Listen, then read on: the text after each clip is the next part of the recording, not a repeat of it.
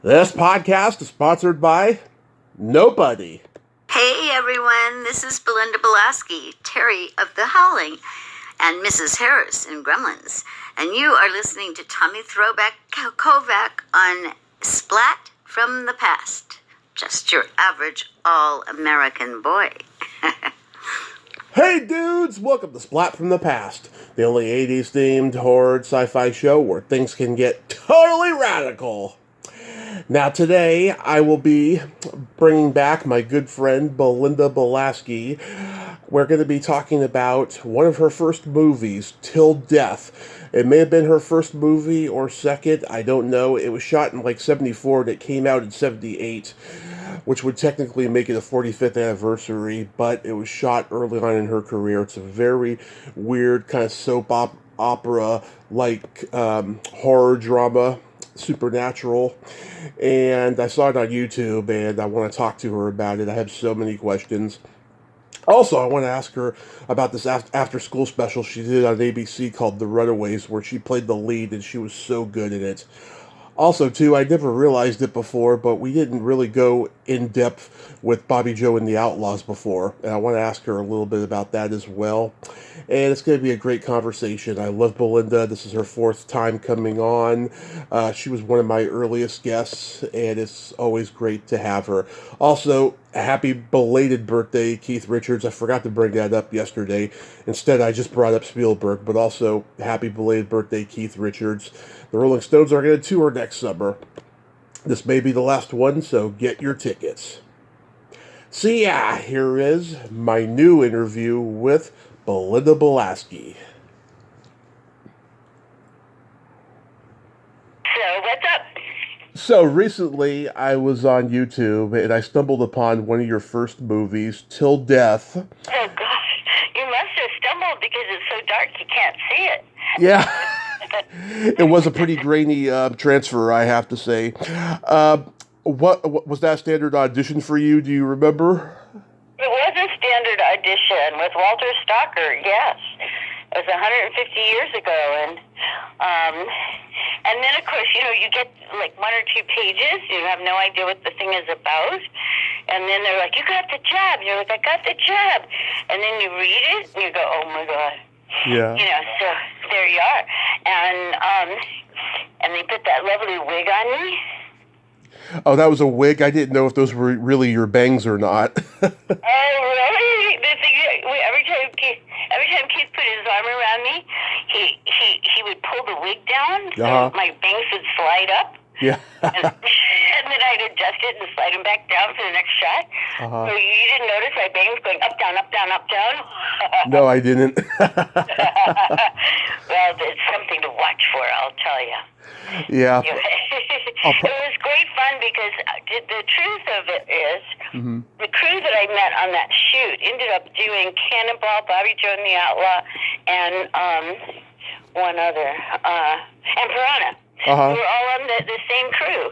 Yeah. And so I met them all on that movie, and they kind of went from movie to movie with me, which was really nice. Yeah, you had a real camaraderie with them. I did. I mean, Michael Katz is always lighting for me, he was the best. I just love Michael Katz. And Bob McVeigh was always, handling camera, and I knew I was safe. And, it was just a really nice group of people that were young, and we all grew old together, Yeah. It was so long ago. Yeah, the legendary Marshall Reed from many westerns produced the movie, and he played the priest. Do you remember anything about him? I don't. I didn't know that. Yeah. He produced it? Okay. I thought Walter was a one-man show, like Bert. Yeah. But I guess not. Okay, well, that's good to know. Yeah, I don't remember meeting producers. It was like you say, my first movie, and I was, covered in a wig, and it was just, it was really quite an experience, shall we say that. Yeah. you know, what's funny about it is that, it's not your traditional horror film. It borders on like soap opera like to it. And it's got a little bit of supernatural like John Carpenter's The Fog. It's very unique. Right. right. It's a little psychological thriller, but not quite. And this is some really interesting.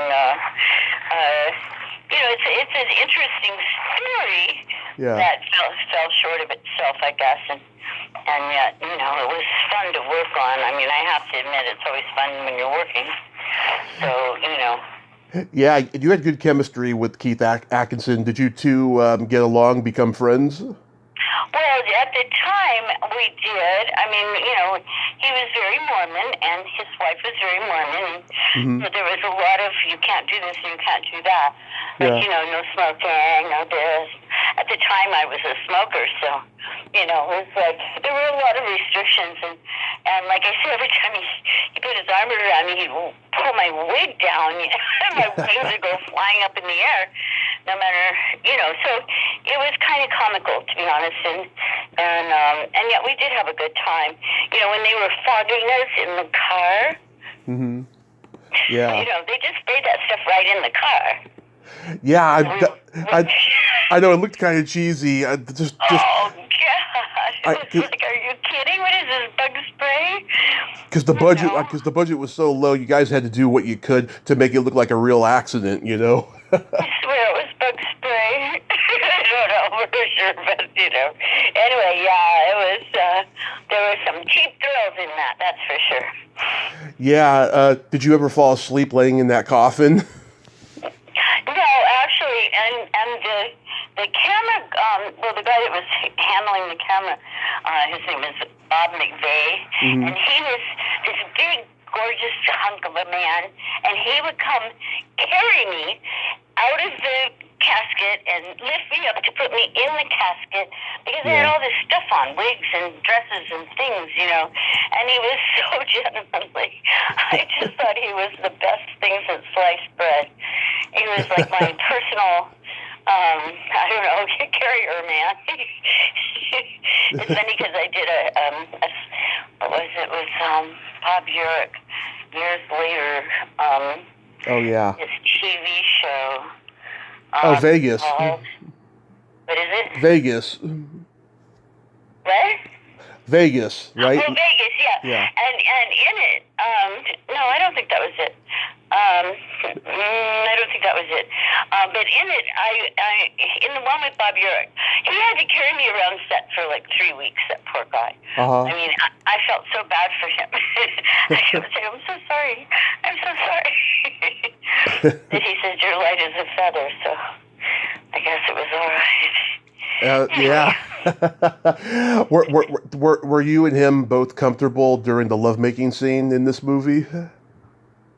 Keith, was there a lovemaking scene? It was like really, really brief. It was like, kissing. No, I think that family members were freaking out, and so I think we weren't really allowed to, to kiss or touch skin, or it was very restrictive, shall we say? Yeah. And she was on set, so it made it, uncomfortable. On top of being uncomfortable. Right. Do you know why it took like 4 years to release the movie? I wonder why. I don't know, because it's like, it's like your first movie, but it's like your 17th credit on IMDb because it came out 4 years later. Well, that's really funny. Yeah. I wonder why it took so long. Well, they had no money, so that's probably one big reason. Yeah. But probably they needed to lighten it up so that people could see it, because as I recall, it was shot so dark. Joe called me one time. He says, I saw your film last night. I said, what film? He says, Till Death. I said, God, don't tell me that. He said, don't worry, no one can see it. It's pitch black. I thought that was funny. That is hilarious, yeah. Yeah. And the other hilarious part is that you make all these references to death in an ironic way throughout the movie. We're going to be together forever until we die, and stuff like that. Right. You poor guy. And the music in the movie was beautiful too. It was sung by. I do recall that. Who did the music? Chick Raines, who passed away recently. Oh, Chick Raines is an old friend of mine. mind, that's the movie he did. You know, I Yeah. knew I did a film. I thought it was Bobby Joe and the Outlaw that he did the soundtrack for, but it was Till Death. Yeah. He's a good old friend of mine. He won. He won a Grammy. He was in the musicians Grammy thing for best songwriter in Oklahoma, and the Oklahoma Music Hall of Fame, and he won worst song title for one of my favorite songs of his. That was called "You're the Fingernail Scratching at the Blackboard of My Heart." Oh, that's a good title. Yeah. It's a great title. But it won worst title of the year, and anyway, Chick was a good old friend of mine, and he wrote some great stuff. If you look at his discography, whatever you call it, Yeah. you'll see titles you recognize, and people who sang them, that you know, Reba and all these major country guys sang Chick's songs. Nice. Yeah. Then around that same time, you did an ABC Afterschool Special called The Runaways, and I did. I watched it on YouTube also, and oh my God, I have to say, Belinda, your performance is magical because you were like 26, 27, and you really played a teenager convincingly, and I can't believe they never asked you to play the lead on a series because you were just so great. Oh, thank you. You know, it won an Emmy. Yeah. And it won, Hanna-Barbera won an Emmy for it. And Yeah. it was the first after-school special that I know of. And especially for Hanna-Barbera, I don't think they'd ever done one before. Yeah. But I do think it was one of the first after-school specials ever. And yeah, it walked away. I didn't walk. I mean, I didn't get nominated, but it got nominated. And you know, certainly I was the main person in it, so it means I carried the thing off pretty well, I guess. You know, Yeah. I felt like I did a lot of crying in that. I felt so tired after. It was like this poor girl, you know. She was diabetic, and they had me do some PSAs for diabetes afterwards. I'm Which was diabetic. Really good, yeah. Yeah. And also, too, it was very ahead of its time in terms of people becoming aware of how dangerous the streets of LA can be with children walking around. And Oh, true. Yeah. Yes, especially now. It's 10 times, you know, or 100 times worse. oh, yeah. You know, just anything can happen. You let your child out the door. Mhm. I mean, it's true. I moved out of LA because I couldn't tolerate the amount of homeless that were living at the end of my block. You Yeah. know? Yeah. I mean, There were about 20 to 30 that had gathered there and were living there for a few years, and I just had enough. You Yeah, know, it's awful. It became an issue every time you pull out your driveway. They know you're leaving, and then next thing you know, you've lost half the stuff in your house. yeah. Yeah, so there was just a lot of upset with that, and I'm really glad not to be there. Yeah. In the But valley now, and it's nice and quiet and peaceful, you know. yeah, but a lot of the situations in this movie are comedic, like when she's in the car with the rapey older guy, or when she's Yeah, with that guy, that creep. Oh God, that's funny. It is Yeah. funny. I mean, but there are guys that will pick up a 16-year-old that wouldn't pick up a 28-year-old. You know. yeah, Well, they might a 28, but not a 38. You know. yeah, or when she's with those free-spirited hippies and she suddenly has to go. Those moments are funny, Yeah, they are, right. I mean, it's awkward, you know.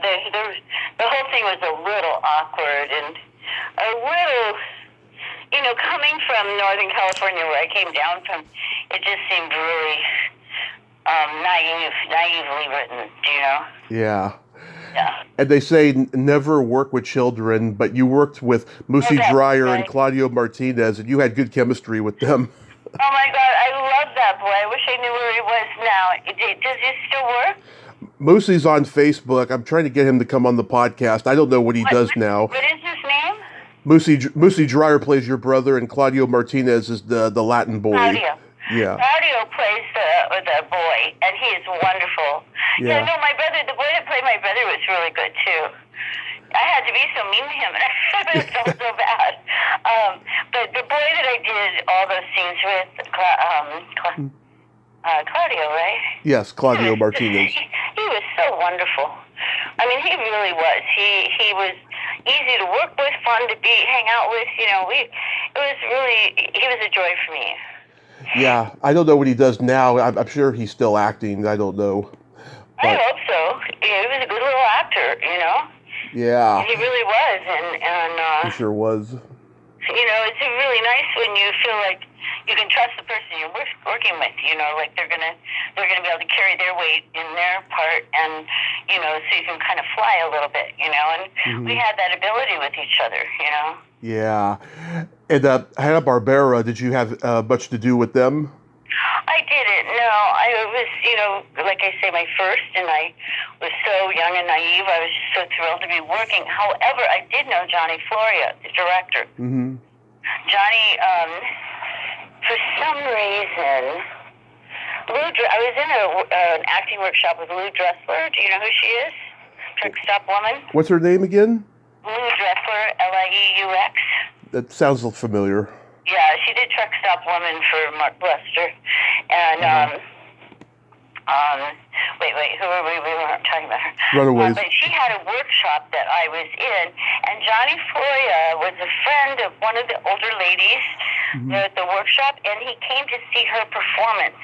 We do, like, you know, a showcase, you know, maybe 3 times a year, and we'd invite industry people. So Johnny Floria came to see this woman's performance in something or another, and ended up just talking to me about this movie, and I was like, oh God, I'd love to do that, you know, and so I ended up getting this part. And I think if he had never come to the workshop, I mean, my agents loved me and everything, but I don't know that would have. He saw me playing Laura in Glass Menagerie. Yeah. And so he's even though I was like in my late 20s, he knew I could carry off a 16-year-old, and yeah. And so it was I really liked Johnny. I don't know whatever happened to him as a director, but he was so kind to me, you know. Mm-hmm. And then you worked with Fred Williamson on Black Eye. I did. I loved that. I enjoyed it, and I worked oh my God, I hate it when I forget a name. I haven't really forgotten. Jack Arnold. Oh, Jack yeah. Arnold was the director on that. Yes. And Jack Arnold, his daughter was Susie Arnold. Yeah, yeah. And Susie and I met on that. She was cast in it, and I was cast in it. And we met and became friends. And then she very quickly after that became a casting director and brought me in for Piranha. Nice. And also I think The Howling, The Howling or Cannibal. I think she cast me in a few things during that period of time. God bless her, you know. And her dad, I just adored Jack. I just loved Jack Arnold. He was just the best, you know. Oh, yeah, he's like a father figure type. He was. Well, he was her father, and she was a friend of mine. So, yeah, he was like a father figure type. But, you know, you'd go out to his house, and he was so loving and welcoming. And so was his wife. You know, they were just a wonderful family. And Susie was just a delight. And, yeah, it was like being on the inner sanctum, you know. Yeah.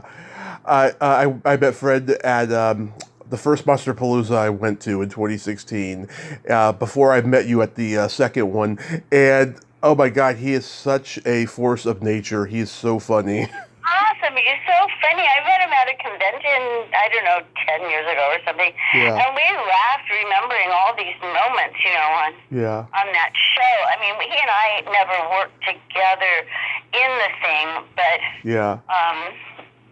but it was supposed to be for a series for him, and wasn't there somebody else for he and someone else, right?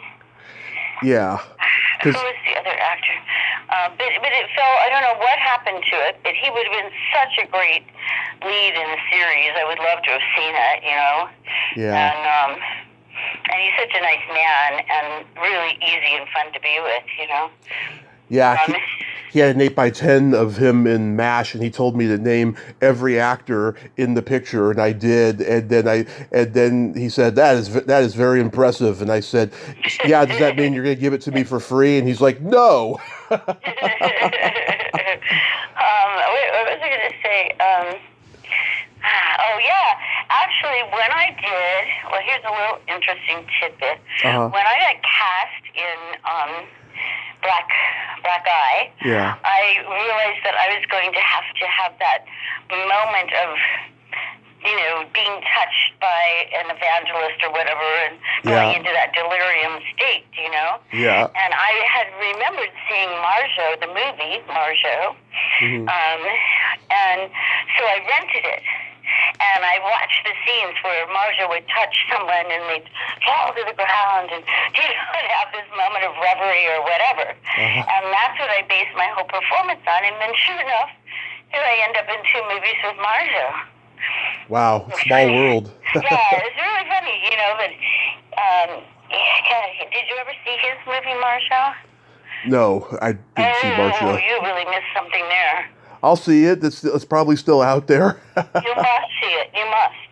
I'll see it. You must. It was a very important cornerstone for him because he could always fall back on, being a preacher, and thus he did many times when things were tough for him. But he exposed the entire evangelist money-making gimmickry and was run off by them after. But he did it so that he could never fall back on it again. Yeah, it was just very like valiant. It really was. He was. Yeah, I know people don't think much of Marjo, but I think he's just an amazing human being. He survived his mother, for one, and and was for giving those sermons. But the things she did to him to make him learn those sermons were inhuman. Yeah. And then I went back and watched Bobby Joe and the Outlaws recently, and I gotta say, it gets better and better with age. Was that also a standard audition for you? Well, again, Mark Lester was going with Mary Lynn Ross. Yep. And Mary Lynn Ross and Peggy Stewart and Linda Carter were all in Lou Dressler's workshop. So when Mark and Mary Lynn brought him to one of our showcases, and Mark came and he said, "I'm going to cast you, and you." That's how I got my part. And did you have to, be naked for the audition or anything? No, I weighed 82 pounds or something, and I was never a sex object in that way. I was always more like a tomboy. But that's why I got along so well with people like Marjo. We just became really good friends because there was no kind of threat in the feminine world or whatever. And in Bobby Joe, Essie is just a free spirit. Yeah. There's nothing sexual about any of that. She just didn't have a suit when swimming, Yeah, you looked gorgeous though, and it's funny. I interviewed an actress this summer named Sally Bondi, and she was in Piranha, and she gets attacked by the piranhas at the end of the movie. When the piranhas are attacking everybody. She said that she never went over and said hello to you because she was envious of your body. Oh, you're kidding me! Good heavens! Wow. Yeah. I was pretty skinny, but that's funny. So she was there in Austin, I guess, huh?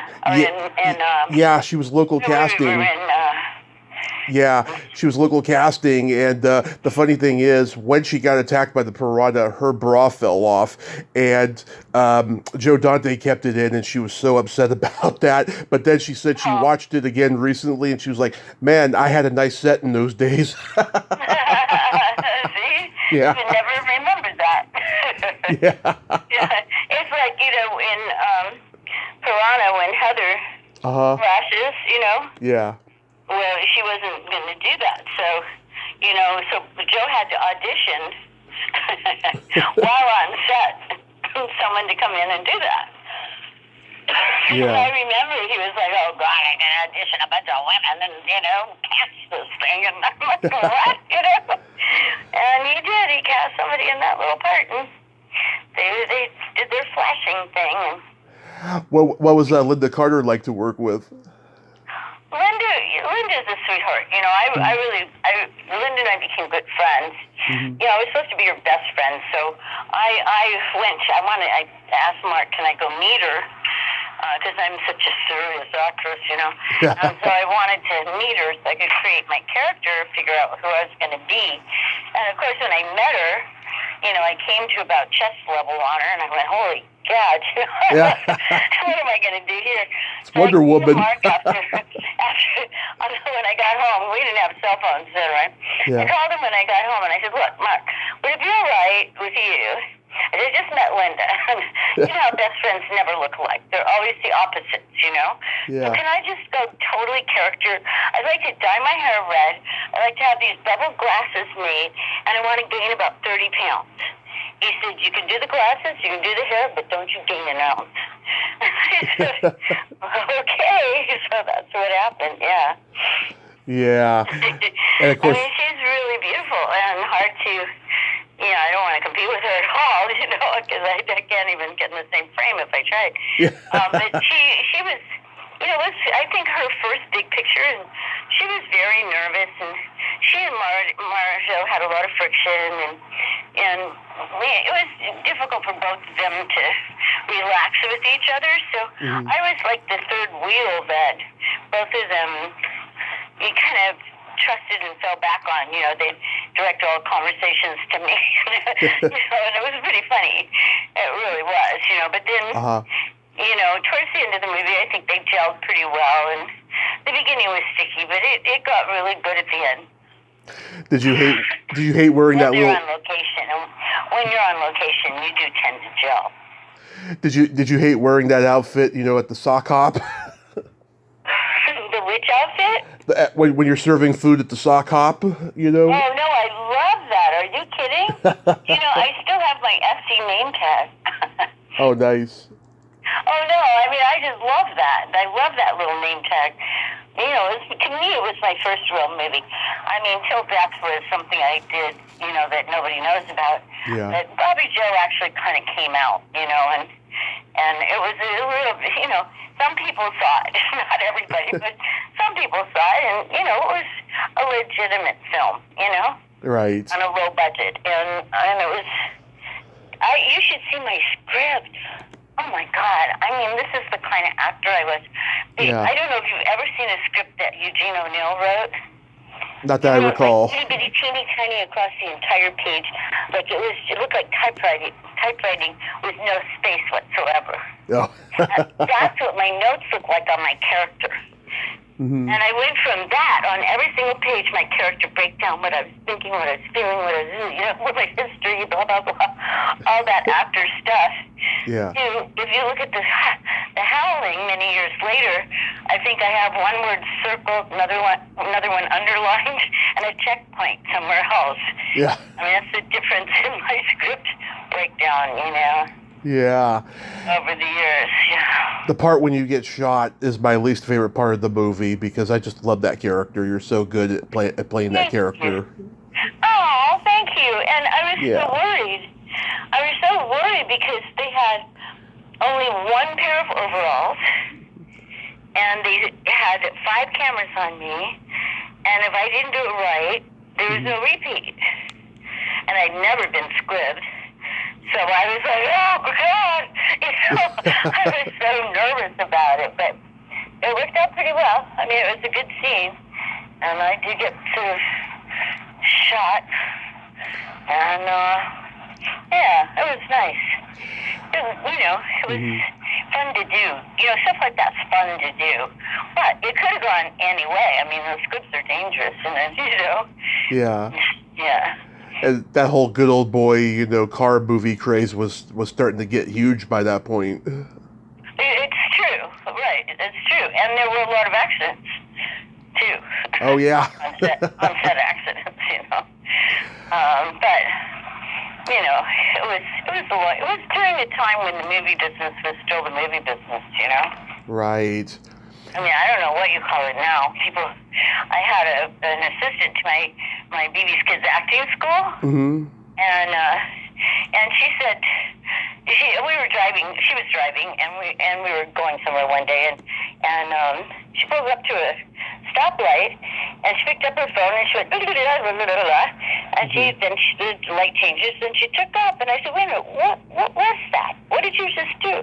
Yeah. Oh, she says, that was my commercial audition. Sorry, what? You just did an audition? Yeah, I just emailed it to them. Oh my God, at a traffic light? Wow. That's the difference, okay? I'm not interested in that. Yeah.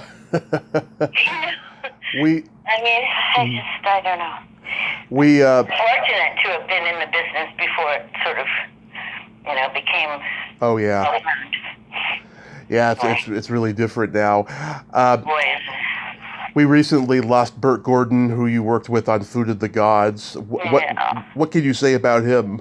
I love Bert, and Bert was one of these self-made men who, he really wanted what he wanted, and he really went after it, and he made it happen for himself, and I have to respect him for that. I mean, he doesn't take himself that seriously. He's kind of a funny guy, and I became very good friends with him and very good friends with his daughter, Christina.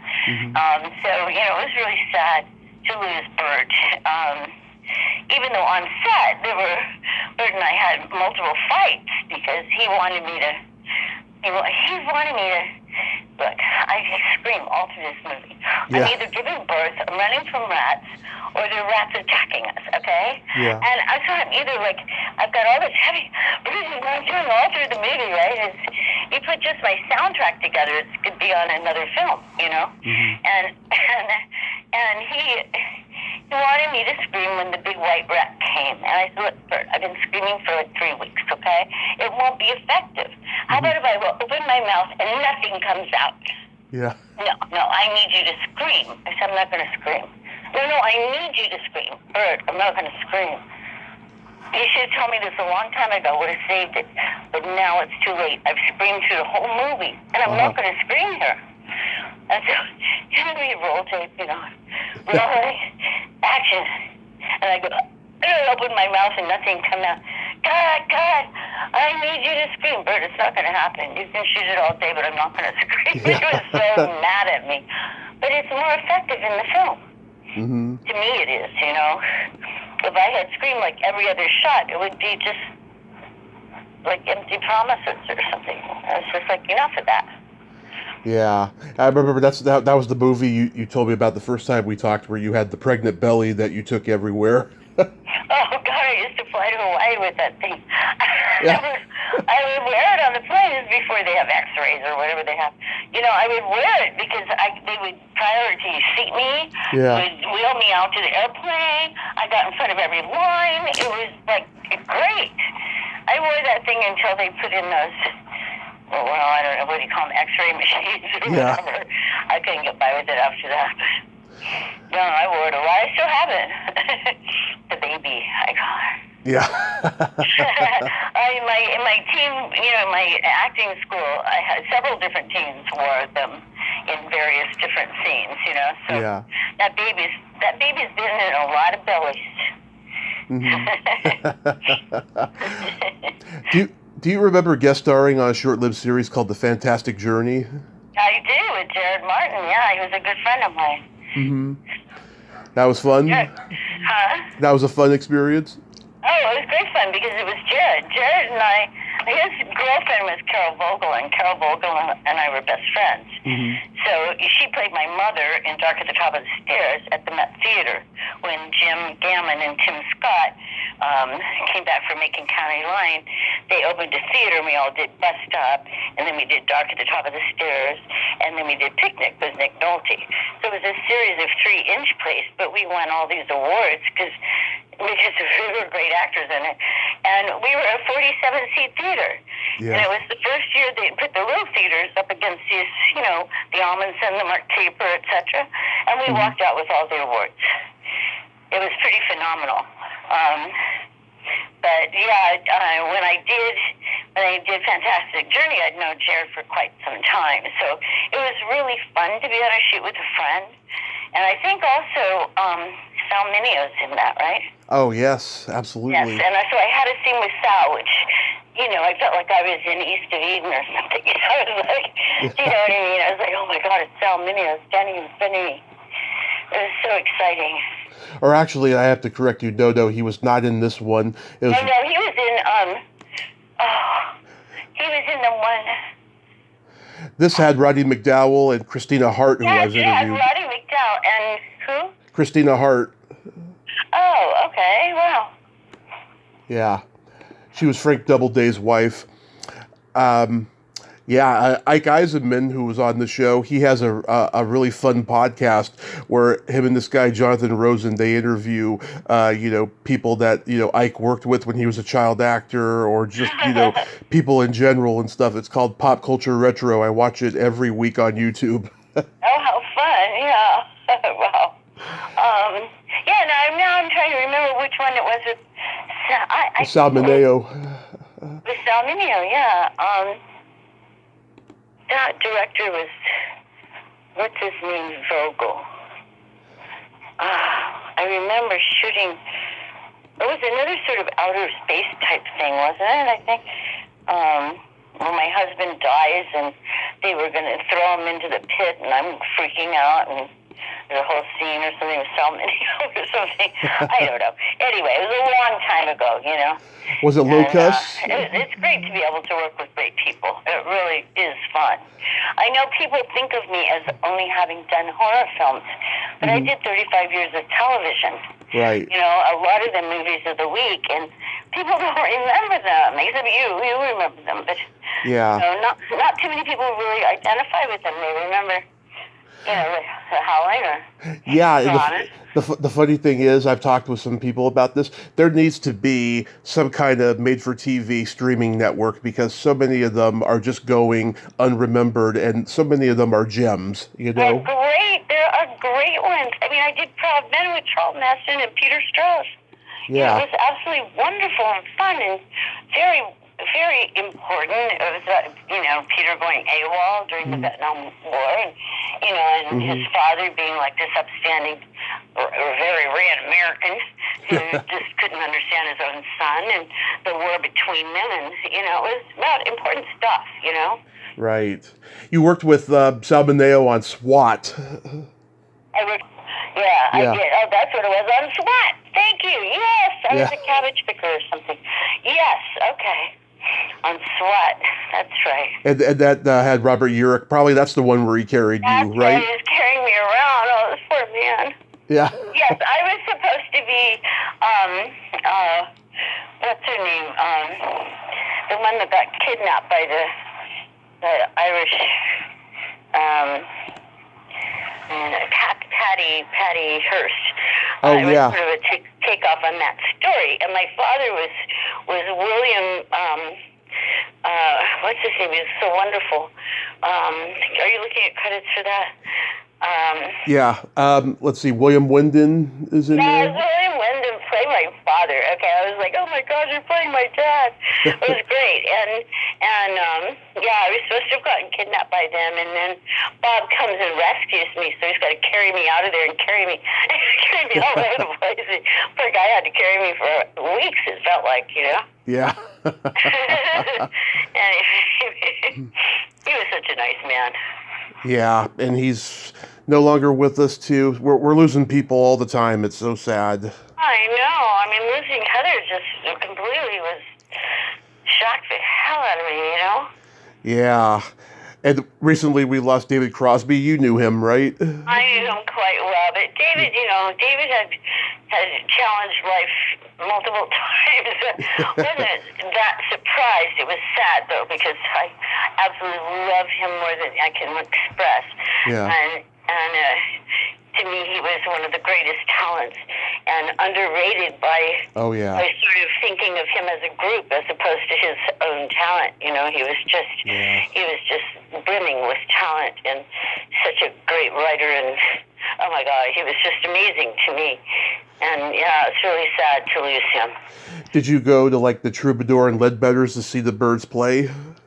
I never saw saw the birds, but of course I shot the Crosby, Stills and Nash for 35 years because my best friend was the sound engineer for Crosby, Stills and Nash, and he would give me photo passes and backstage passes, and so I have a demo book that I put together of 35 years of mainly cause concerts that I've shot, and I'm trying to find a publisher for that. Oh, good. That would be a great book. It is because, Tommy, most of these people aren't here now. I know. And so it becomes an archive, really, Oh, yeah. I mean, everyone's archiving now because we're losing all the greats, all of them. It's so true. It's really sad. What are we going to have left? A bunch of kids staring at a phone, Yeah, we got to chronicle it. We got to archive it. Have you seen the Gremlin Secret of the Mogwai series? No. Yeah, it's on. I think it's on Cinemax. It's a cartoon Gremlins prequel, and I've seen the trailer. I haven't seen full episodes, but it looks very faithful to the original. Oh wow! Yeah, what a trip! I very recently saw Gremlins again for the second time ever, and that was this past summer. I think it was. Yeah. What did you think when you saw yourself? Huh? What did you think when you saw yourself on screen in Gremlins? Well, I do remember my performances. It was fine, I mean, it was all ad-libbed, and I was so intimidated by working with Polly Holiday. I was like, oh my God, it was like working with Carol Burnett or something. You want me to improv? Are you kidding? I was like panic-stricken, So I wrote out about 40 scenes and brought them on set and said, Joe, I kind of panicked. Would you look through these? He said, I love the first thing you wrote. Take it to Polly and have her make up her lines. And I went, do you want me to take it to Polly? And so you're like, hi, my name's Belinda Balaski. It's like, and so she says, well, just tell me what you say. And I told her my lines, and she goes, but now you know what to ask Santa for Christmas, don't you? I said, oh my God. She was just right there, right in her trailer. She hit it right on the money. Yeah, she was a very talented lady. She's brilliant. I love her.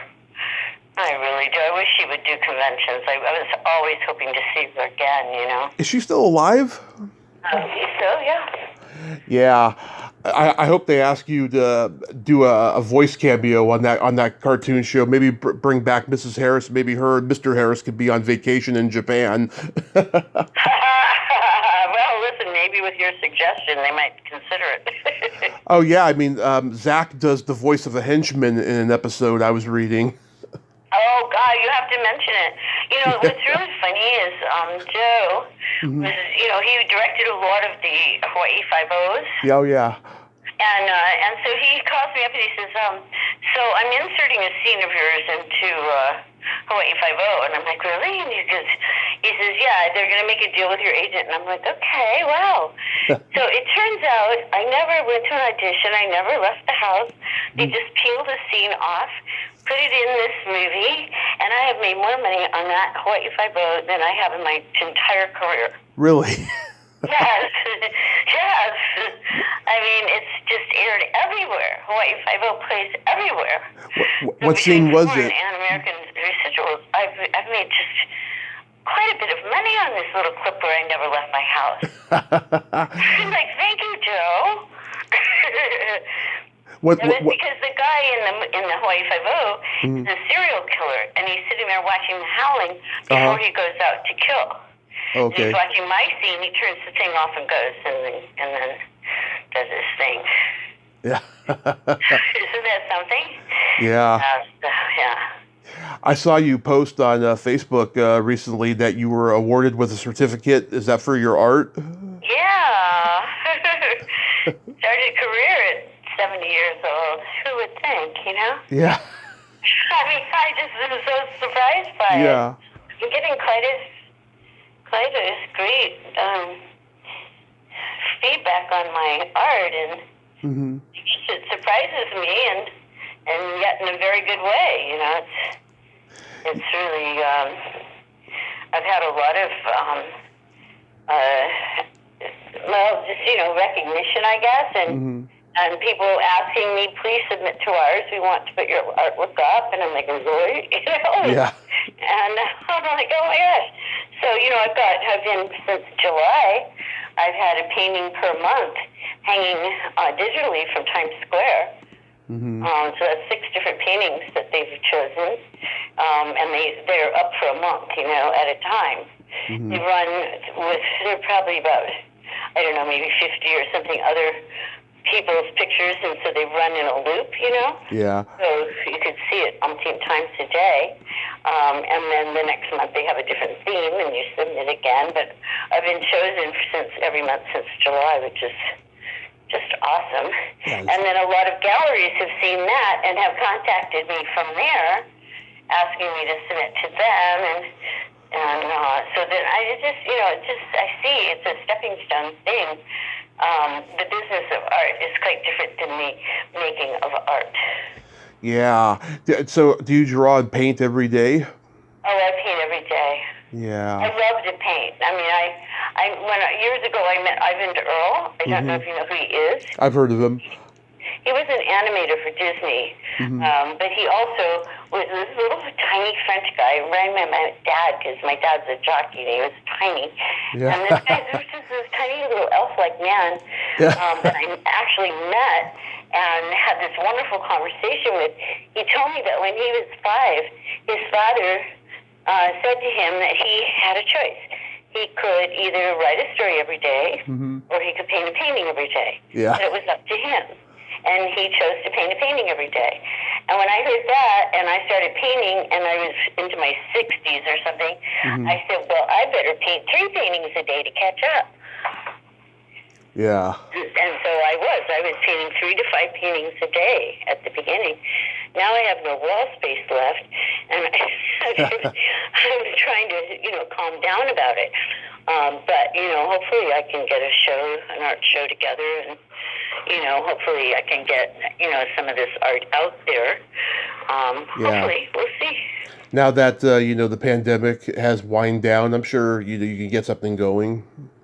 Well, that's the thing, I was just framing up everything, and then COVID hit, and I went, oh my God, so, yeah, it kind of stopped my momentum, but I'm not derailed, I still have my website, and I do a lot of things through the online, the submissions and interactions with people, instead of going to galleries and things like that, Yeah. Have you ever thought about writing a memoir? Well, God, so many people tell me this because I have some pretty great stories, and Yeah. I've really been very fortunate in my life. I mean, just even from my childhood with my dad, a very famous jockey, and I spent half my life running down to the winner's circle, as a child, and my mother was a singer, and it was just a really wonderful childhood too, and yes, I've thought about it a lot. I have somebody who wants to help me put this together, so we'll see what happens. For years I was asked by someone who lives up north, and I kept saying, why would anybody want to read this, And he's like, because you're one of the few who worked during a time that no longer exists. Yeah. I really didn't understand that until now, and now I see what he's talking about, Yeah. It puts it into a different perspective. So that may or may not continue, but that is still a possibility. So, there's a couple of irons in that fire. You got a great story. I think you should do it because, yeah, like you said, I mean, people are starting to forget the past, That's why, I'm one of the many people archiving it, We just got to get the past out there, Yeah, no, that's really good. And, and also the fact that you find value in, these old performances, basically, Right. Since you're out. And, it makes people like me, thank you, and, and hope that others care, Yeah. Basically, bottom line, right? How was your birthday? Oh, it was great. I mean, I'm at an age where I don't really party, Yeah. not really interested, can't drive at night, blah, blah, blah, Yeah. And my daughter had gone in for surgery, and we were hoping she would be out by Friday, but she didn't get out by Friday. So I was in that, hanging in there, ready to drive any minute to go grab her, but I couldn't get her actually until the following Tuesday. So it put a little bit of a damper on everything, but, she came out of surgery okay, and that was the most important part of it. Oh, that's good to hear. And your health is good as well? Yeah, I'm doing really well. Better than I was a few years ago. And, where I moved to, I have a pool and I swim. I do 60 laps a day, and I swear it's changed my life. Nice. Yeah, my mom just got back into doing the swimming pool herself. So important. I don't know why they don't make it mandatory that all seniors should have a heated pool for free. I totally agree. We would all be healthy then, Yeah, I totally agree. Belinda, I love you. Thank you for coming back on, and I adore you always. I hope you have a Merry Christmas, a Happy New Year. You too. And be safe out there. Thank you. Take care. Thank you. Okay, bye-bye. Bye-bye. Well, there you have it. Belinda Balaski. Oh, you gotta love her. She is just so awesome. And yeah, she should write that memoir. I think so many fans of the movies that she's been in, The Howling, Piranha, Gremlins, Bobby Joe and the Outlaw, I think we would all love it. She should get that book out there because you never know. Well, until next time, this is Tommy Throwback Kovac saying there's no shame in living in the past because the present sucks. Later, dudes!